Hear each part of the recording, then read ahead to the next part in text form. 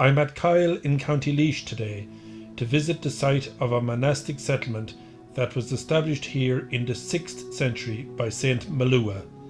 By the end of this video, I will have shown you some very interesting and ancient remnants of this sacred place, as well as the final resting place of Saint Malua. Kyle is close to the village of Ballaghmore between Borrisinossary and Roscrea. It is only a few miles from this spot in County Laois to the county boundaries of Offaly and Tipperary. The parish of Kyle is in the Catholic Diocese of Killaloe, the cathedral church and seat of the bishop of which is located in Ennis, County Clare. Little evidence survives today of the great monastery that Saint Malua established here sometime in the second half of the 6th century, and which became known as Clonfert Molua, a name which is believed to signify the miraculous retreat of Saint Malua, because of the many miracles which were performed by him here during his life and through his intercession after his death.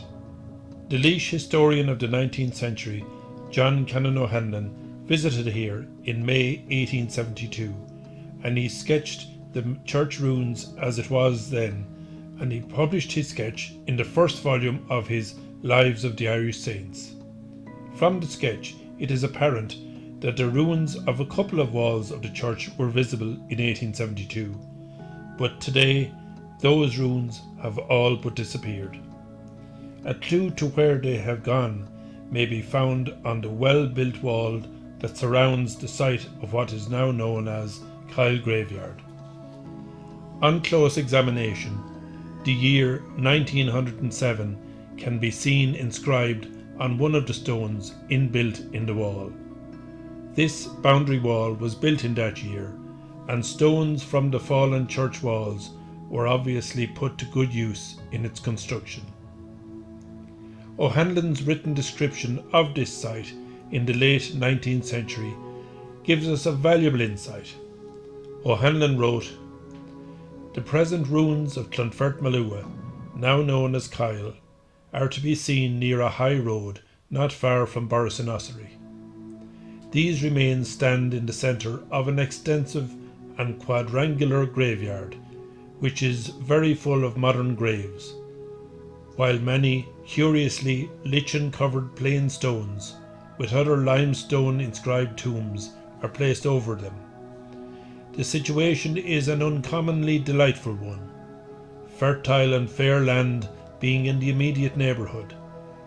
Beautiful and large hawthorn bushes were in and around the burial ground, and the first time this spot was seen by the writer, in May 1872, these were in full blossom. Then the existing walls seem to have extended about 32 feet in breadth by 17 in width on the interior. These walls were of considerable thickness. The stones with which they had been built were of large size on the exterior face, and the mortar appeared to be of a very adhesive quality.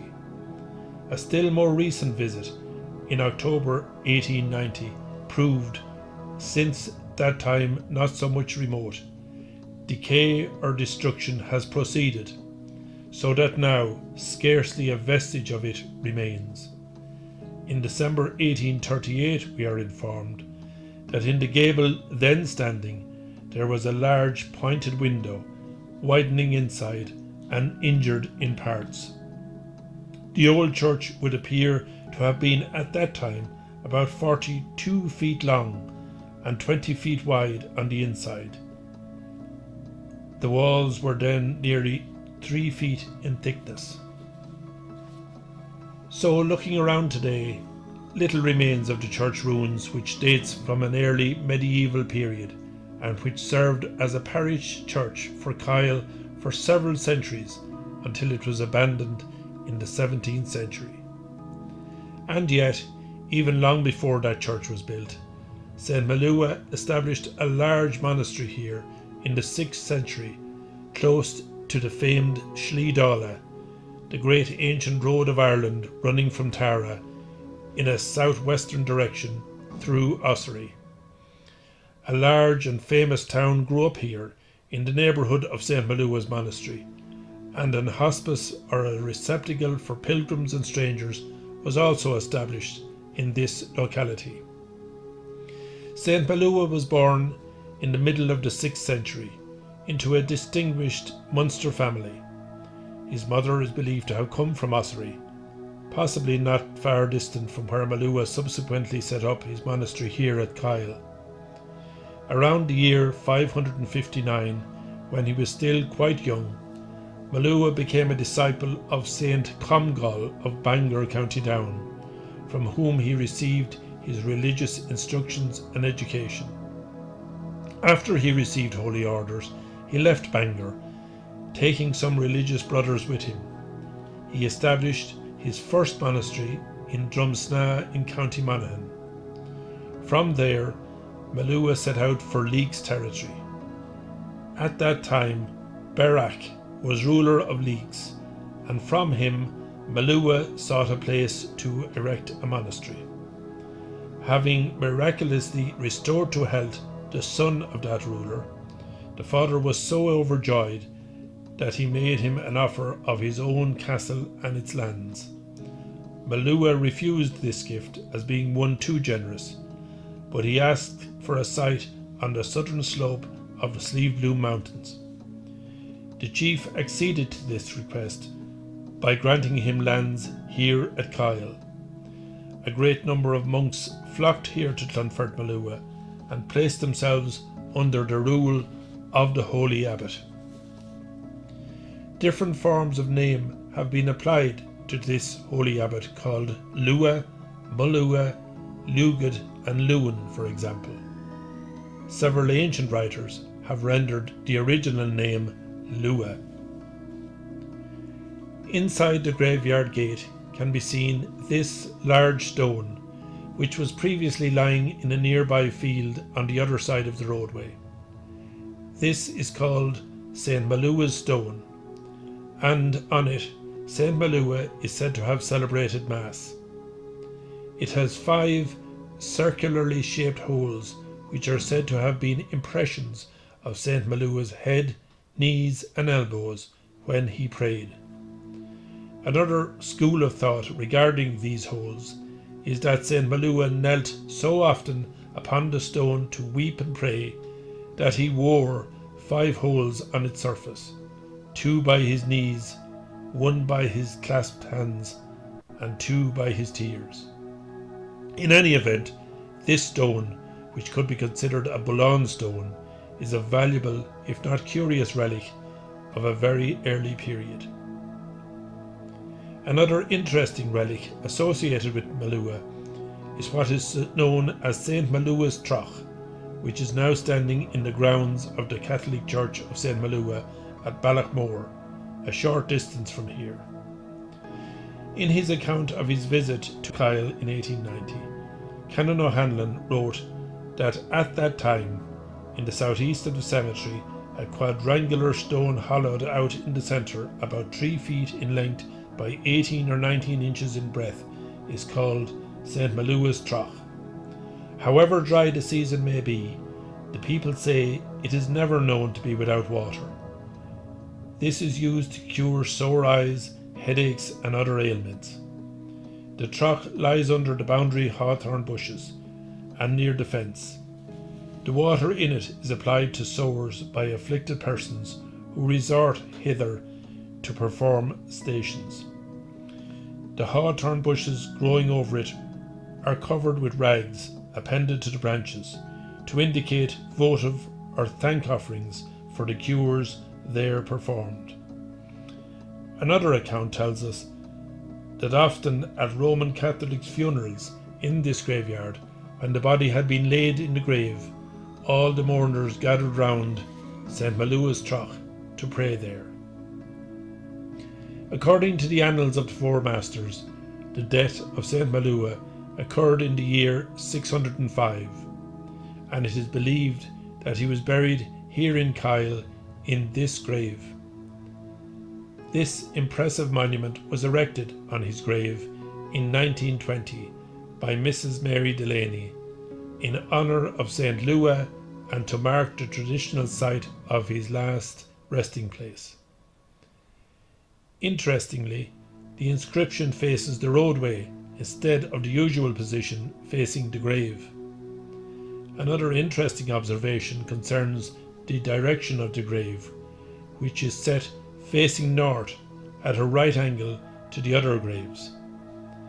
Of course, Malua's burial here in the early years of the 7th century predates burials in the adjacent graves that are facing east by several hundred years.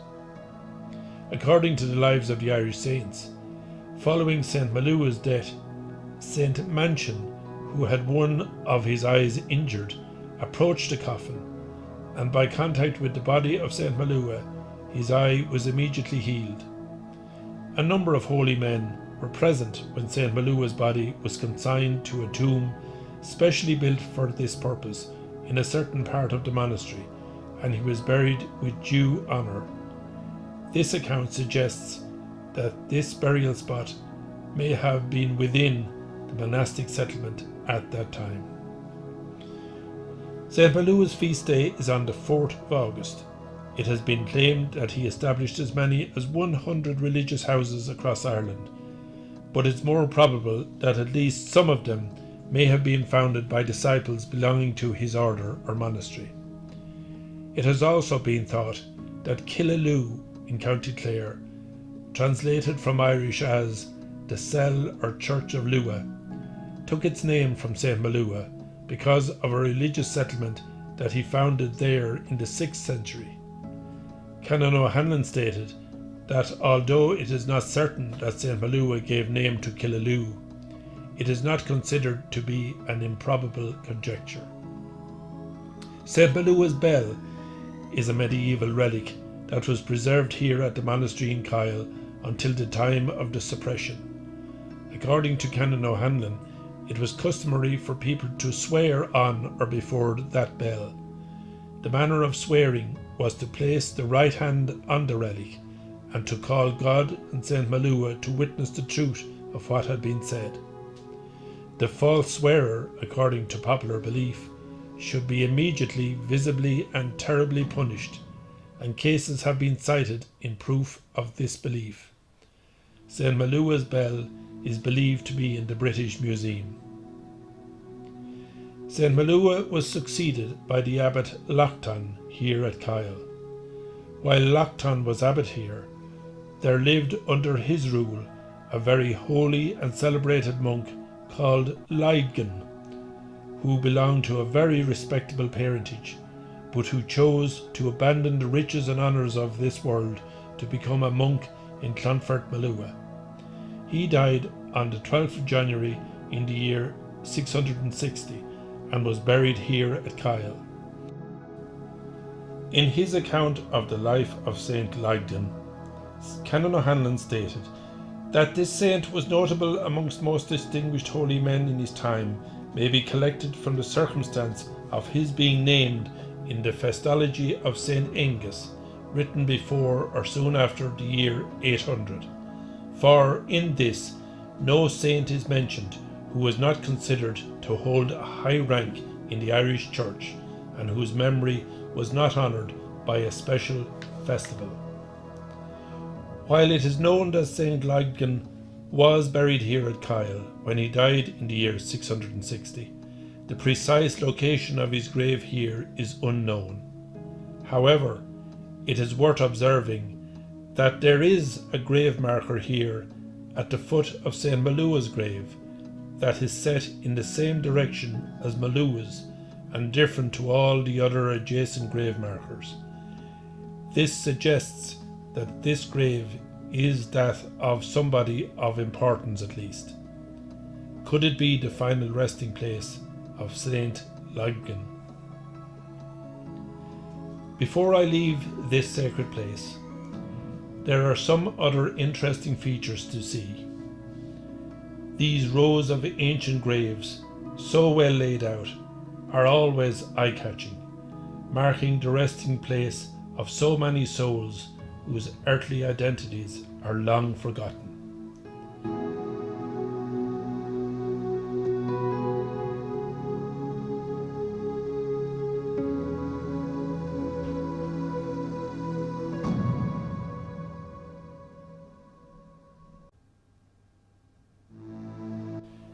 Then there are some remnants of the medieval church and its Romanesque decorated features, possibly of a doorway.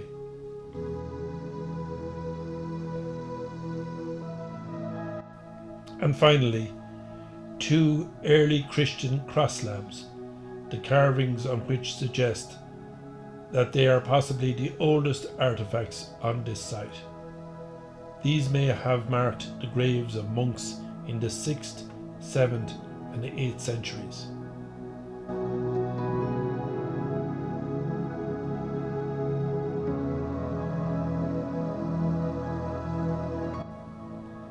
As I leave Clonfert Molua, or Kyle as it is known today, a peaceful rural place at the foothills of the Sleeve Blue Mountains, I'm thinking of how different it must have looked, and how busy it must have been in St. Malua's time and right through the 7th and 8th centuries, when it was an important centre of learning and scholarship in this part of Ireland.